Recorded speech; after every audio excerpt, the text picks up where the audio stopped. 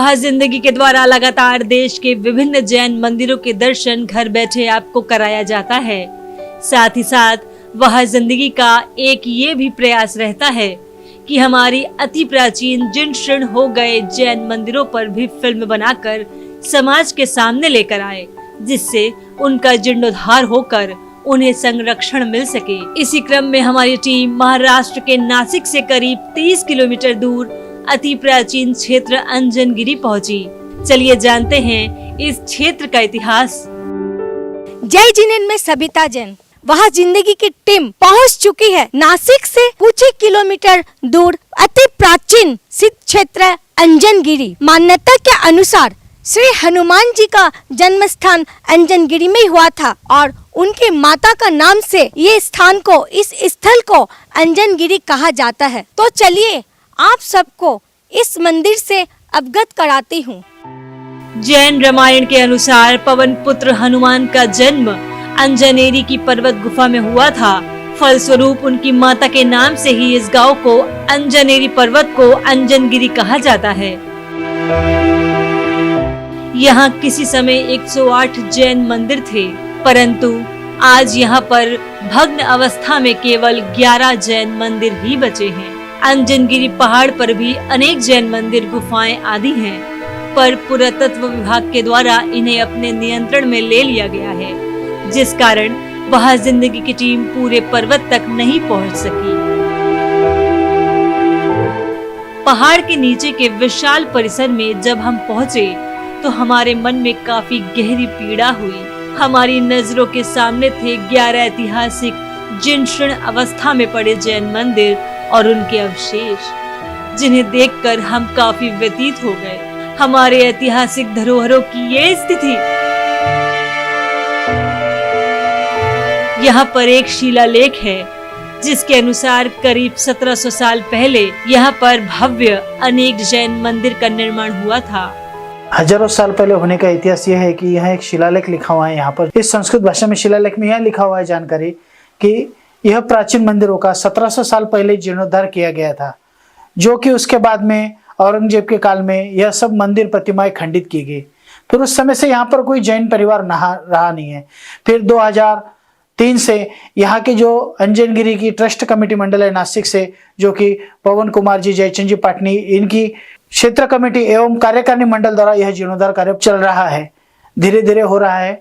और इसी शिलालेख द्वारा कहा जाता है कि यह मंदिर हजारों साल पुराने हैं और औरंगजेब के काल में यह सब खंडित किए गए हैं।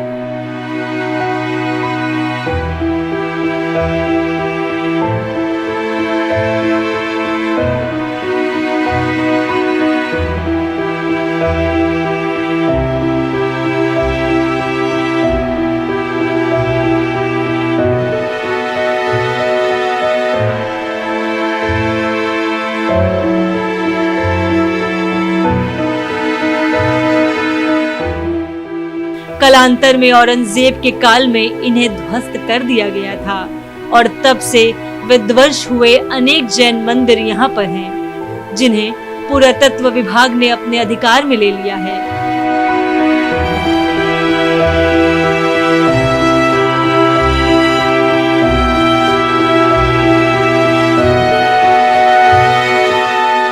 हमारी टीम ने जीर्ण हो गए एक एक मंदिर और वहां पे पड़े अवशेषों को देखा, जिन्हें देखकर हमारी आंखों में आंसू आ गए। मात्र एक ही मंदिर में भगवान की एक पूजनीय प्रतिमा है, जिसकी नित्य पूजा अर्चना होती है।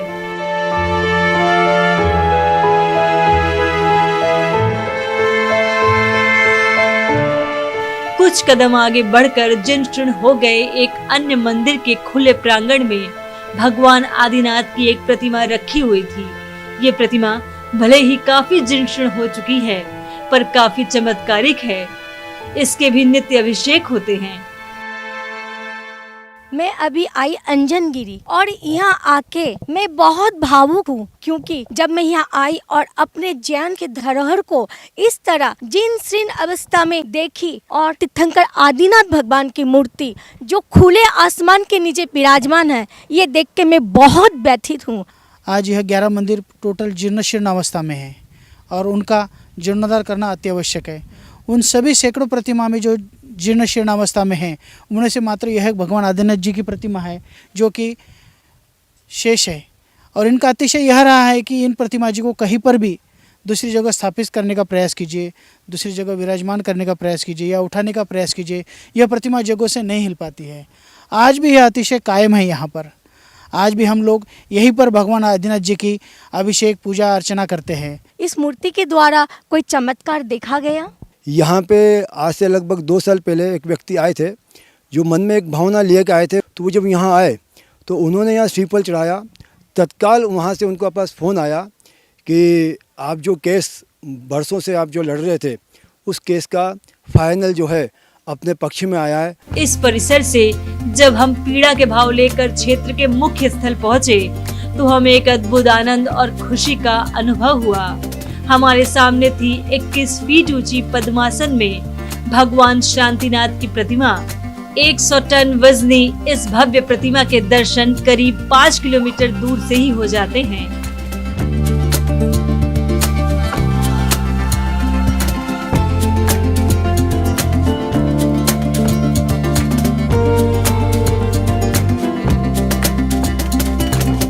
इस प्राचीन धरोहर के कायाकल्प के लिए श्री भारतवर्ष दिगंबर जैन महासभा के पूर्व राष्ट्रीय अध्यक्ष स्वर्गीय निर्मल कुमार जी सेठी के मार्गदर्शन एवं परामर्श से नासिक के श्री पवन जयचंद पाटनी की अध्यक्षता में एक कमेटी का गठन किया गया और परम पूजनीय गुप्ती नंदी जी महाराज की पावन प्रेरणा एवं मंगल आशीर्वाद से इस प्रतिमा को यहाँ पर विराजमान किया गया।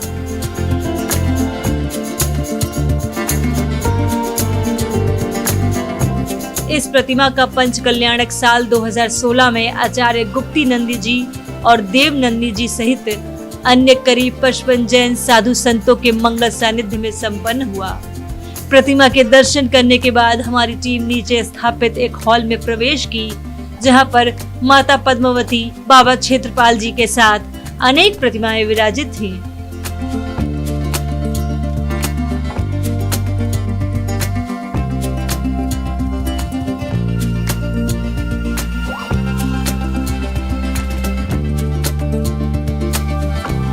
इस परिसर के मुख्य विशाल तल में एक भव्य मंदिर का निर्माण कार्य काफी द्रुत गति से चल रहा है, जहां 24 तीर्थंकरों की प्रतिमाएं स्थापित होंगी। इन प्रतिमाओं एवं कलाकृतियों का निर्माण कार्य काफी जोर शोर से परिसर में चलते हुए हमने देखा।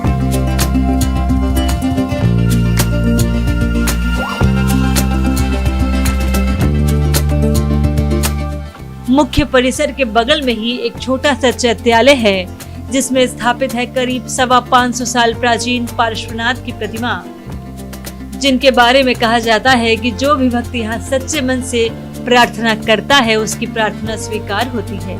साल 2015 में मुनि श्री विपिन सागर जी की प्रेरणा एवं मंगल आशीर्वाद से इसकी वेदी प्रतिष्ठा कराई गई। इस क्षेत्र में काफी बड़ी संख्या में श्रद्धालु अब आने लगे हैं। उनकी आवास और भोजन के लिए यहाँ समुचित व्यवस्था भी की गई है। अंजनगिरी पहुंचकर हमें पीड़ा और खुशी दोनों की अनुभूति हुई।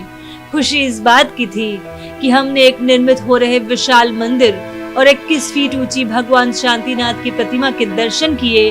वहीं पीड़ा इस बात की थी कि आज नए मंदिरों के निर्माण में जहां हम करोड़ों रुपए लगाते हैं, वहीं अपने प्राचीन और जीर्ण हो गए ऐतिहासिक धरोहरों की अवहेलना करते हैं, जबकि इन मंदिरों में ही हमारा इतिहास सुरक्षित है।